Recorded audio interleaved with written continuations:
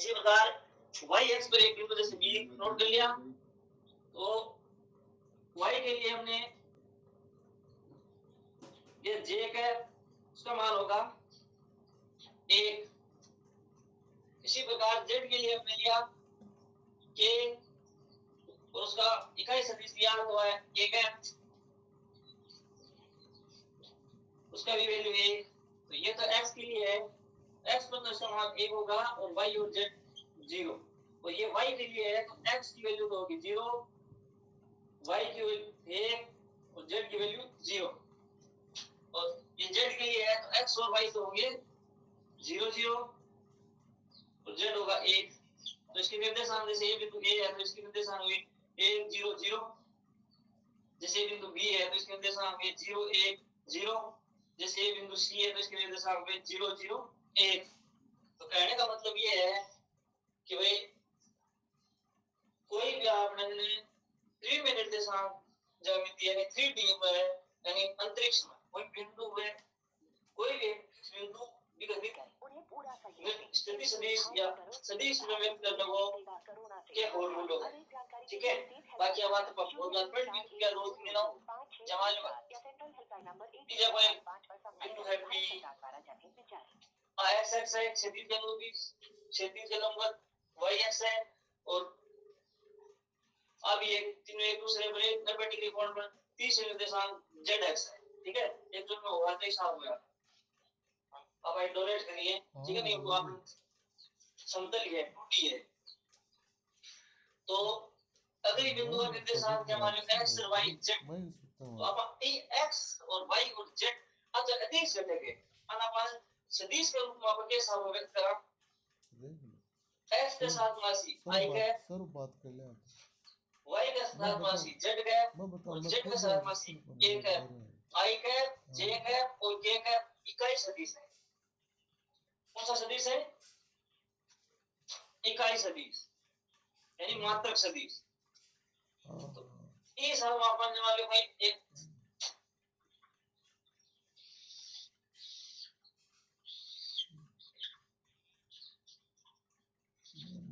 मान लो x है y है z है, ठीक है, और मूल बिंदु है और अपन कोई एक फिक्स बिंदु दे दियो मान लो बात है 3 2 5 ये बिंदु में सदिश के रूप में व्यक्त कर लो, ठीक है। एक सदिश के घटक ये होंगे x i का y j का और z k का, ठीक है। सदिश के रूप में व्यक्त कर लो ई रूप में, ठीक है। तो ये मान लो बिंदु ही जब फिक्स लगाई हो b या जो भी है दे दो सवाल में भी साबुन, तो ओपी सदिश क्या होगा? ओपी सदिश क्या होगा? 3 i का 2 j का और 5 k का। कहने का मतलब वो है कि आपने 3D यानी x और y z इन रूप में कोई भी एक बिंदु दे दे तो सदिश के रूप में आप इस व्यक्त कर पाएंगे। ओपी सदिश बराबर x i का y j का और z k का, ठीक है। जहां पर एक बिंदु दियो बिना निर्देशांक 3 2 और 1, ठीक है। तो एक स्थिति सदिश या सदिश के रूप में व्यक्त करेंगे और 3i का 2j का और 5k का। और जो चैप्टर है एक बाद से जस्ट 3D चैप्टर है 3 निर्देशांक भी ऐसे आप रहेंगे। तो कहने का मतलब वो है कि एक सदिश राशि में 3 में निर्देशांक में यानी 3D के रूप में आप व्यक्त करना सीख जाओ या समझ जाओ तो ये सदिश घटना के रूप में व्यक्त कर सकते। तो ओए जितनी दूरी है एक इकाई की है, मान रखा कोई मान और जमाल 1 मीटर या 1 सेंटीमीटर जमाल 1 सेंटीमीटर या और ले तक की दूरी सही को मान लीजिए 1 बाकी ठीक है। निर्देशांक हो गया 1 0 0 ये एक b का हो गया 0 x की वैल्यू है y की वैल्यू 1 और z की वैल्यू 0, ठीक है। x और y 0 0 और z 1। आप 10th क्लास में पढ़ रहे हैं कि x और y को मान के साथ 0 है और z को भी 0 सी, ठीक है। आप 3D 3D के अनुसार, 2D के अनुसार आप रिपीट कीजिए 10 तक भी और 11 तक भी, ठीक है। इसमें y x है तो y x पर x x को मान तो 0 सी y को मान अपन 1 मान चलेगा, e को 1 लिख दियो तो z को भी 0, तीसरे निर्देशांक भी, ठीक है। और e साहब e को भी z x है तो z x पर x है, x और y को वैल्यू तो 0, यानी x भी 0 y भी 0 और इन एक मान लिया तो 1 इकाई, ठीक है। तो अगर इनको मान लो तो p सदिश है r व्यक्त कराऊंगा r सदिश, देखो परिमाण निकालना हो फॉर्मूला x² + y² + z² फिर हम तो पहले भी वहां पर पढ़ता है ना, कोई भी सदिश को मापांक निकालना हो फॉर्मूला अभी पहले भी पढ़ा होगा, r सदिश को मापांक बराबर a² + b² + c² वही फॉर्मूला है, ठीक है। तो एक सदिश के घटक यानी सदिश किस प्रकार से हम सदिश को व्यक्त करेंगे, ठीक है, और फिर उसका किस प्रकार से हम मापांक निकालेंगे। तो मापांक निकाला हुआ हमने 2-3 सवाल कर लिए मापांक वाले। जैसे मान लो एक बिंदु है ये, ठीक है, -3 +4 और -5, तो इसको अगर 3D के रूप में यानी सदिश के रूप में व्यक्त करेंगे मूल बिंदु के सापेक्ष, ठीक है, मूल बिंदु के सापेक्ष, तो इसका क्या होगा, सदिश रूप है -3i और j और -k5 k।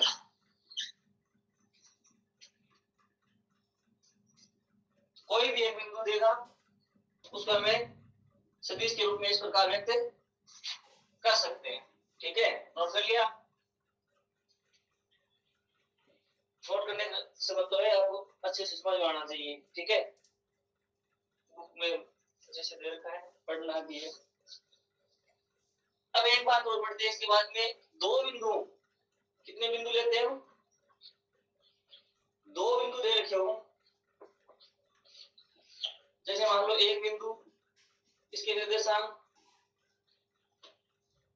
x1 y1 और z1, दूसरे निर्देशांक x2 y2 और z2, 2 बिंदु और आप एक फिक्स बिंदु ले लो, ठीक है। अगर हम 2 बिंदु ले लिया तो जो हमारे को तो a बिंदु और b बिंदु भाई मान लो एक x2 y2 और z2, x1 y1 और z1, तो पहले तो आप दोनों बिंदुओं में मिलाना है, ठीक है। बाद में एक मूल बिंदु के सापेक्ष e की 82 तो e की 82, इनका मतलब o a सदिश o b सदिश, अपन a b सदिश निकालना है। अब बात आप पहले भी पढ़ी है, अगर a b सदिश निकाला तो क्या होगा, आप निकालना है x2 - x1 x2 - x1 ठीक है सर, i है y2 - y1 एक साथ है j है और z2 - z1 एक साथ है k है। अब बात भी आप रिपीट कीजिए, दो बिंदुओं के साथ में, ठीक है। बुक है ना आपके पास है, बुक ओपन कर रखिए। हाँ सर। रखिए पेज नंबर 351। हाँ सर है। पढ़ लिया, मिल गया ना ये। अब देखो, हाँ सर 2 मिनट। हाँ ए बी सदिश, अगर इस ए बी सदिश का मापांक निकालना है तो ये पहला इसका घटक है, ये गुणांक है, ठीक है, i कैप का गुणांक है पूरा x2 - x1, तो अंडर रूट में हमें इस x2 - x1 का होल स्क्वायर करेंगे, x2 - x1 का होल स्क्वायर। इसी प्रकार j कैप के गुणांक में है y2 - y1, तो हम y2 - y1 का स्क्वायर करेंगे, ठीक है। इसी प्रकार z2 - z1 का होल स्क्वायर करेंगे, कहने मतलब समापांक। इस प्रकार हमने 10th क्लास में दूरी का सूत्र पढ़ा था ना, दूरी का फार्मूला याद होगा, निर्देशांक ज्यामिति पढ़ी थी ना, निर्देशांक ज्यामिति,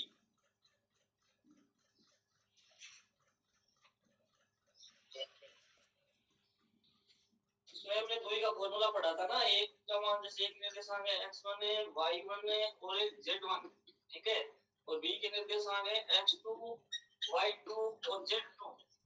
तो पहले तो हमें ab सदिश का पता होना चाहिए। ab सदिश को इस प्रकार निकालेंगे कि x2 में से x1 को घटाओ i कैप, y2 में से y1 को घटाओ j कैप और z2 में से z1 को घटाओ। x2 minus x1 i cap, y2 minus y1 j cap, z2 minus z1 k cap. इसका अगर मापांक निकालना है, मापांक का मतलब ये हुई, ठीक है, यानी परिमाण। तो ये आएगा x2 minus x1 का whole square, y2 minus y1 का होल स्क्वायर और z2 minus z1 का होल स्क्वायर।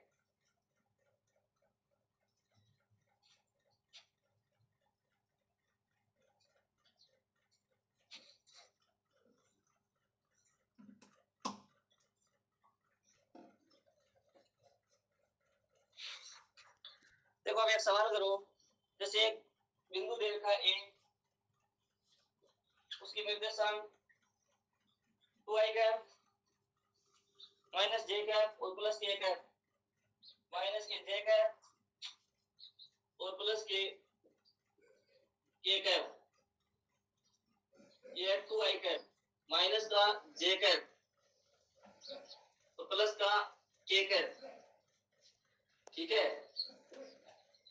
एक बिंदु बी, इसके निर्देशांक है ना i माइनस j और minus i cap minus 3j cap और माइनस 5k कैप। और एक बिंदु दे रखा है सी, उसके 3i कैप, ठीक है, 3i कैप माइनस के 4j कैप और माइनस के 4k कैप।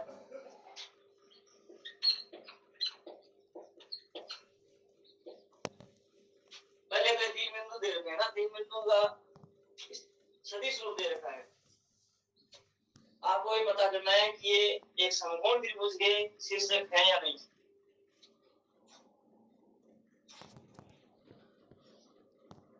आपको ये पता करना है कि एक समकोण त्रिभुज के शीर्षक है अथवा नहीं। तो आप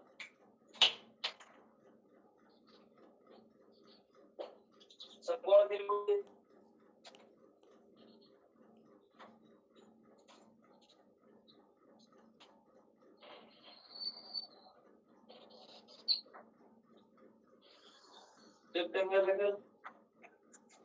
और जो ए और बी और सी का पहले से पता नहीं, लेकिन हम इनको व्यक्त करेंगे, लेकिन ये पता होता है कि हमें समकोण त्रिभुज का डायग्राम इस प्रकार हम बनाते हैं।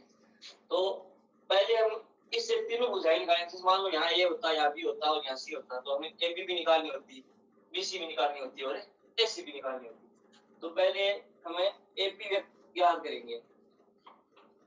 ए बी, बी में से ए को घटा दो, क्या आएगा, आई में से 2i घटाने पर, आई में से 2i घटाने पर माइनस का i कैप माइनस का 3 और इसमें से ये माइनस का j कैप घटाने पर माइनस माइनस ये हो जाएगा प्लस। देखो इस i में से कहने का मतलब है इसके आगे क्या लिखा हुआ है, 1, ठीक है। इस 1 में से ये 2 घटाना है और इसके साथ i कैप, ठीक है। फिर इस माइनस 3 में से फिर घटाने वाला माइनस और फिर ये माइनस 1, इसके साथ j कैप,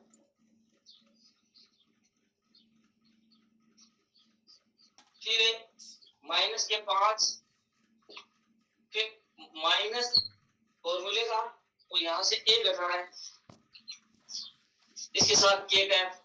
तो कितना आएगा, ये आएगा माइनस, इसके साथ i कैप,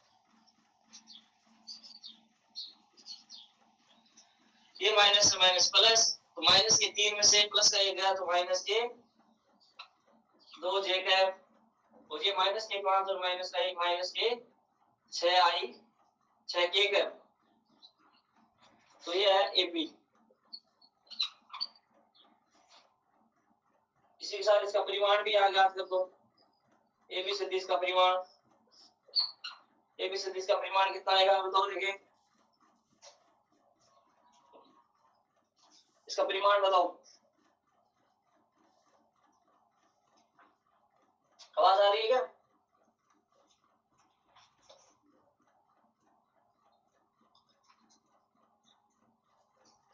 बी में से ए को घटाया, एक में से दो घटाया, माइनस का एक बचा, आई का माइनस के तीन में से घटाने वाला माइनस, फिर इसके आगे साइन माइनस का लगा हुआ है तो इसलिए माइनस एक। ठीक है,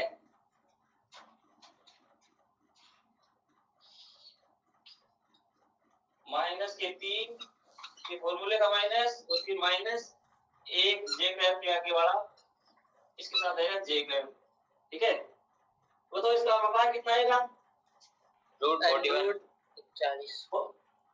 रूट 41 यहाँ शाबाश। बीसी और याद कर लो, माइनस एक का स्क्वायर, ये माइनस दो का स्क्वायर प्लस माइनस के छह का स्क्वायर, शाबाश। एक चार और छह का 36, तो ये होगा रूट 41। ठीक है, इसी प्रकार आप बीसी और याद करो। पहले बीसी निकालो,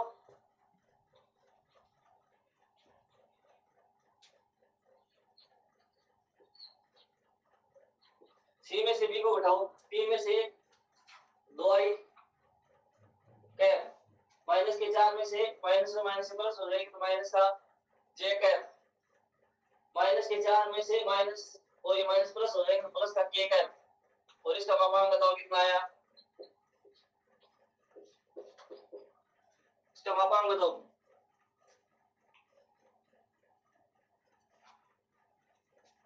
बीसी सदिश का भी मापांक बताओ।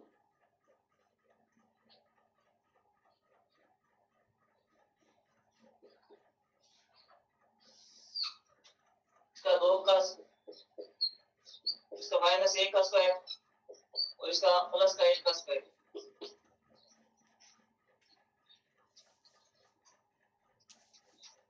कितना आएगा?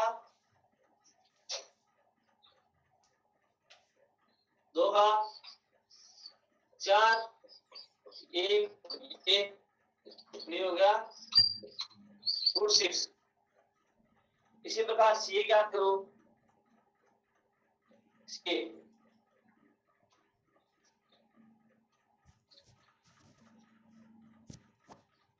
ए बी ज्ञात कर लिया, ए बी का मापांक ज्ञात कर लिया। इसी प्रकार एक भुजाओं है सी, वो भी ज्ञात करो। सी में से ए को घटाओ या ए में से सी को घटाओ, बताओ। आवाज आ रही है?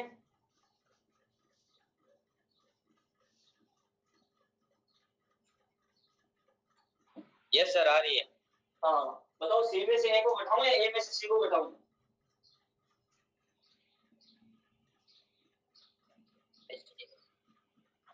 ए में से सी को, शाबाश। दो में से तीन घटाने पर माइनस का आएगा, जो है ना, ए में से सी को घटाना है, पी क्यू सदिश लिखा तो क्यू में से पी को घटाना है। ठीक है, पी आर सदिश लिखा हुआ है तो आर में से पी को घटाना है।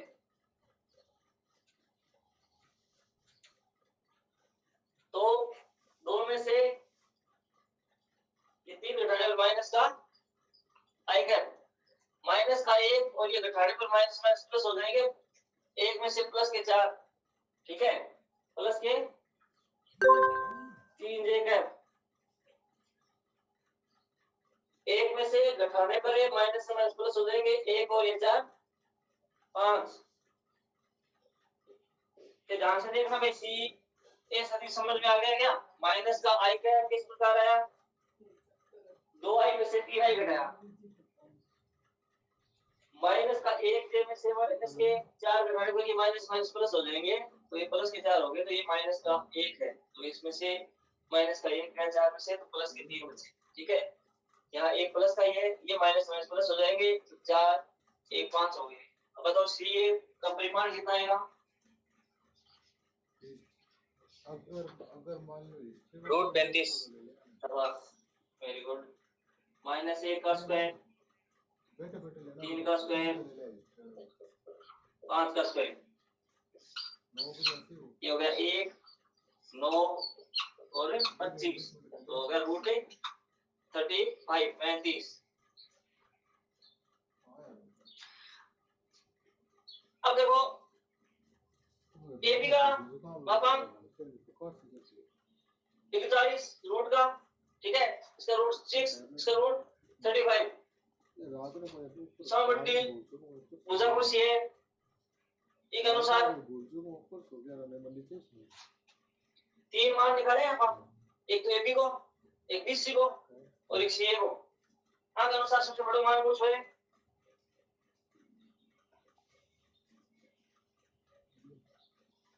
रूट 41, मतलब करण है ए बी है इस चित्र के अनुसार, बाकी सी की जगह लगानी होती है, क्यों कोई फर्क पड़े, ठीक है। तो करण का तो आ रही वो आ गया अपन एक मापांक आ गया रूट 41, ठीक है, और बाद में बी सी देखो आ गया रूट 6 और सी ए आ गया रूट 35। परिचित होकर वो एक समकोण त्रिभुज है या नहीं है? तो समकोण त्रिभुज में एक प्रमेय लागू है, कौन सी? पाइथागोरस प्रमेय। कौन सी प्रमेय? पाइथागोरस प्रमेय या बोधायन। कर्ण का स्क्वायर बराबर आधार का स्क्वायर प्लस लंब का स्क्वायर, बहुत बार पढ़ी है बात। तो समकोण त्रिभुज एबीसी में, ठीक है, AB का स्क्वायर बराबर AC का स्क्वायर प्लस BC का स्क्वायर।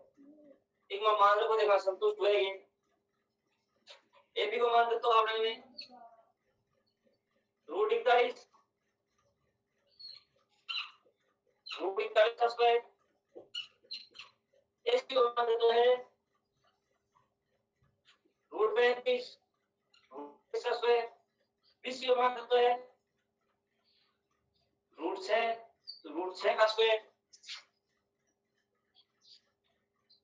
रूट 41 का स्क्वायर आ गया 41, रूट हट गया स्क्वायर हट, वर्गमूल का वर्ग करने पर वर्गमूल का साइन हट जाता है, ये आ गया 35 और ये आ गया 6। तो दोनों तरफ ये बात संतुष्ट होती है, यानी दोनों है बराबर है। इसका मतलब है एबीसी क्या है?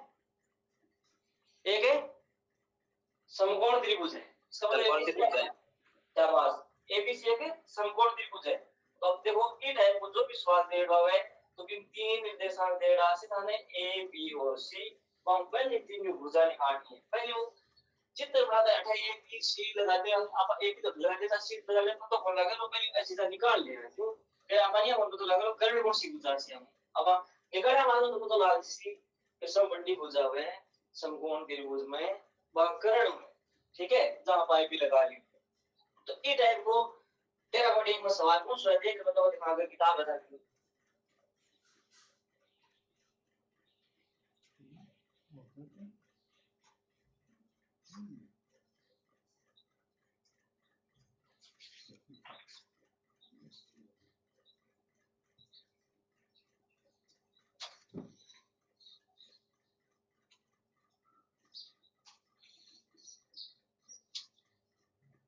आवाज आ रही है?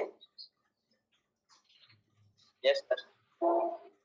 लास्ट सवाल है, ध्यान से पढ़ो, है ना, लास्ट सवाल है, अगर बुक है तो नहीं कोई बात नहीं, आप समझ ले जाओ एक बार, ठीक है।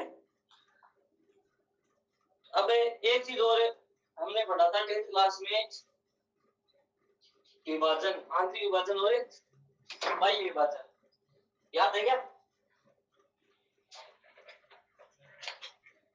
m अनुपात n वाला फॉर्मूला आंसर याद है। Yes, sir. वो काम आएगा अब यहाँ पर। Yes. क्या था फॉर्मूला? x बराबर क्या था? m1 x2 m2 x1 है ना? m1 x2 m2 x1 बटा m1 प्लस m2। याद आ गया? y बराबर क्या फॉर्मूला था? m1 m1 y1 y2 plus m2 m2 y1 m1 plus m2। ये तो आखिरी वजन दोनों निर्देशांक के x और y। इसी प्रकार y एक वजन में यहाँ पर क्या करेगा? माइनस, ये तो x का है, ये y का है, ठीक है। तो अब यहाँ खंड सूत्र आएगा एक। तो खंड सूत्र में आंतरिक विभाजन के लिए पहला है आंतरिक विभाजन, ठीक है। आंतरिक विभाजन, इसको नोट करो। r सदिश बराबर, अगर विभाजन है m अनुपात n में हो तो r सदिश बराबर होगा m b सदिश प्लस n a सदिश बटा n प्लस n। कहने का मतलब है, देखो m और n अनुपात है, m और n अनुपात है। अब सवाल में दे राशि 1:2, 2:3 या 4:5 जो भी अनुपात दे राशि और दो सदिश दे राशि a सदिश या b सदिश। तो अब वो आंतरिक विभाजन सदिश निकालना। r सदिश बराबर m b सदिश प्लस m a सदिश बटा m प्लस n सदिश। y विभाजन होगा तो यहाँ पर आ जाएगा माइनस, ठीक है। फिर एक 10th क्लास में हमने फॉर्मूला पढ़ा था मध्य बिंदु का। मध्य बिंदु का फॉर्मूला क्या होता है? x बराबर x1 प्लस x2 बटे 2, x1 प्लस x2 बटे 2।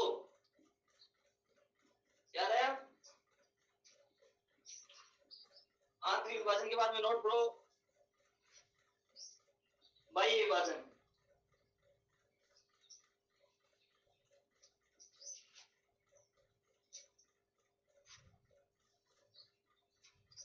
बाह्य विभाजन,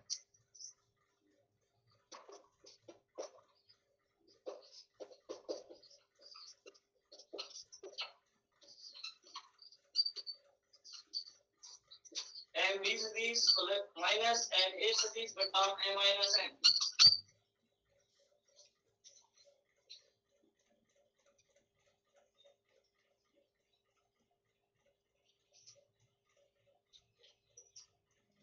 आवाज आ रही है ना सबको? हाँ सर। Yes, sir. ये तो आंतरिक विभाजन का, ये बाह्य विभाजन का, ठीक है। m b सदिश माइनस n a सदिश बटा m माइनस n। मध्य बिंदु वाला आपने बढ़ाई x1 प्लस x2 बटे 2। तो आज हमें हमारा चैप्टर नंबर 13.1 के जितने भी टॉपिक थे वो लगभग सारे कवर कर लिए। इस पर आधारित को सवाल हो रहे हैं, ये अनुपात वाला है, ठीक है। बाकी सारे सवाल कर लिए। 13.1 आप निकालना और उसमें कोई भी प्रकार की प्रॉब्लम हो अबू तो बात नोट करवाना। बेटा वो लैपटॉप ले आ।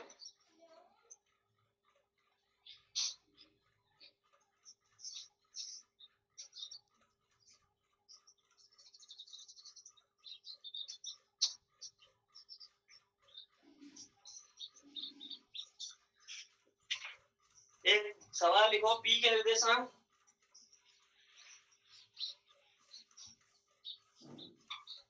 जैसे एक बिंदु पी है, इसके निर्देशांक हमें दे दिए 3, 4, 2, कुछ भी नोट है ना। इस प्रकार इसके जैसे दे दिए हमें 5, 2, 4, 2 बिंदु दे दिए और इसका मध्य बिंदु का सदिश ज्ञात करना है आपको।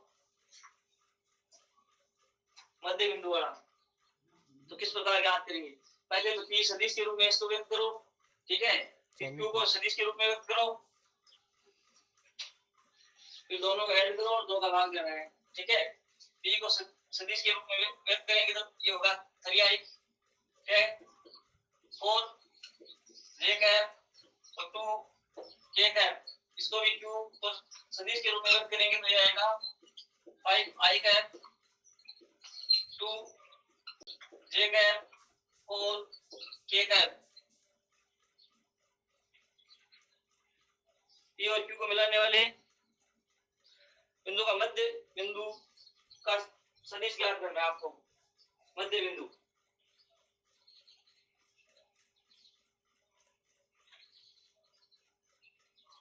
आवाज आ रही है क्या? Yes sir. आ रही है। मध्य बिंदु